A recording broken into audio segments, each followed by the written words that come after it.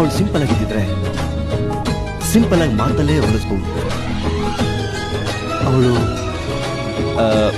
ಅವಳು ಅವಳೊಂದು ಅದ್ಭುತ. ಕಪ್ಪು ಕಣ್ಣೆ ಕಾದಂಬರಿ, ಕೆನ್ನೆ ಬಣ್ಣ ಕನಕಾಂಬರಿ, ನಾಚಿ ನೀಲಿಯಾಗುವ ನೀಲಾಂಬರಿ.